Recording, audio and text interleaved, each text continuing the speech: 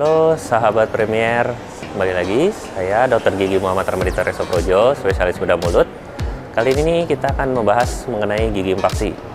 Apa itu gigi impaksi? Yuk, mari kita simak.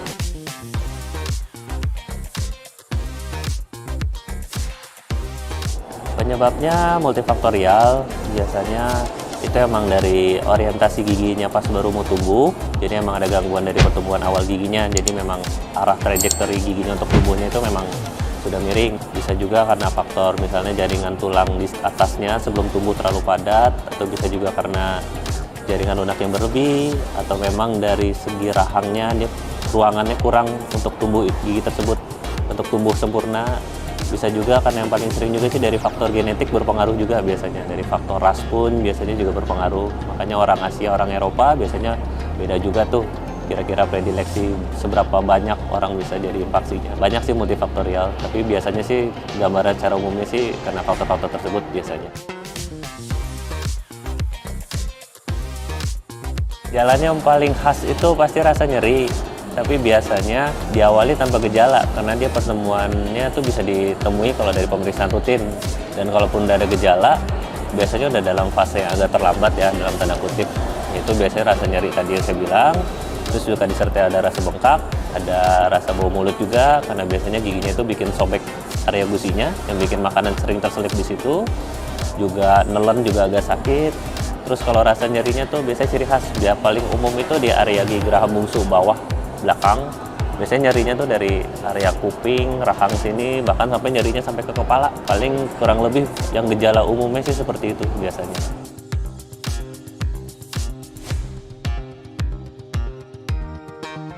Sebenarnya sih kita lebih mengutamakan tindakan preventif ya. Jadi sebisa mungkin sebelum gejala itu ada, baiknya udah ke dokter, terutama dokter gigi. Karena baiknya kan kita juga mesti rutin periksa ke dokter gigi itu sekitar 3-4 bulan sekali.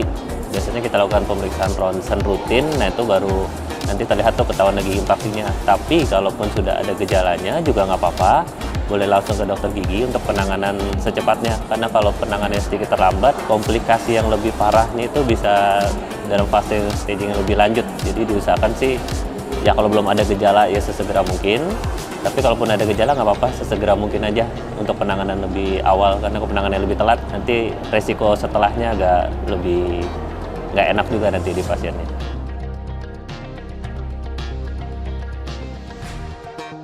Biasanya gigi impaksi itu baru terlihat awal pertumbuhannya karena dia telat, itu di usia belasan. Biasanya ketika udah fase gigi tetapnya udah mulai tumbuh semua, saat itulah gigi impaksinya baru mulai tumbuh karena dia terlambat. Di situ kita bisa melakukan pencegahannya dengan ronsen lebih dini. Jadi kita bisa lihat kondisi awalnya, kira-kira ini perkiraan giginya akan tumbuh normal atau giginya akan tumbuh miring, itu bisa ketahuan di situ. Selain itu ya kita juga pencegahannya ya menjaga oral hygiene kita, kebersihan mulut kita, sering-sering sikat gigi dan kumur pada waktu yang tepat. Karena salah satu gejalanya tadi yang bau mulut itu karena ada banyak makanan terselip, entah di gusinya, entah di gigi-gigi yang tumbuhnya miring. Nah itu baiknya sih kita kalau jaga oral hygiene-nya baik, jaga imunnya baik, karena prinsipnya kalau imun kita turun dengan ada gigi impaksi, dia biasanya gampang kumat tuh.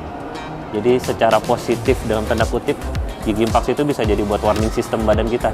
Jadi kalau misalnya lagi ada kumat di area gigi impaksinya, dia bisa jadi warning system buat badan kita, ngasih tahu, oh nih badan kita imunnya lagi drop nih. Karena kalau badan kita lagi fit, sebenarnya kalau belum ada tanda infeksi yang terlalu parah, sebenarnya sih kita bisa nahan tuh gejala-gejalanya. Oke, demikian pemaparan saya mengenai gigi impaksi. Kalaupun misalnya masih ada yang bingung, jangan sungkan untuk datang ke Rumah Sakit Premier Bintaro untuk konsultasi lebih lanjut. Ya, sekian dari saya. Salam sehat untuk semua.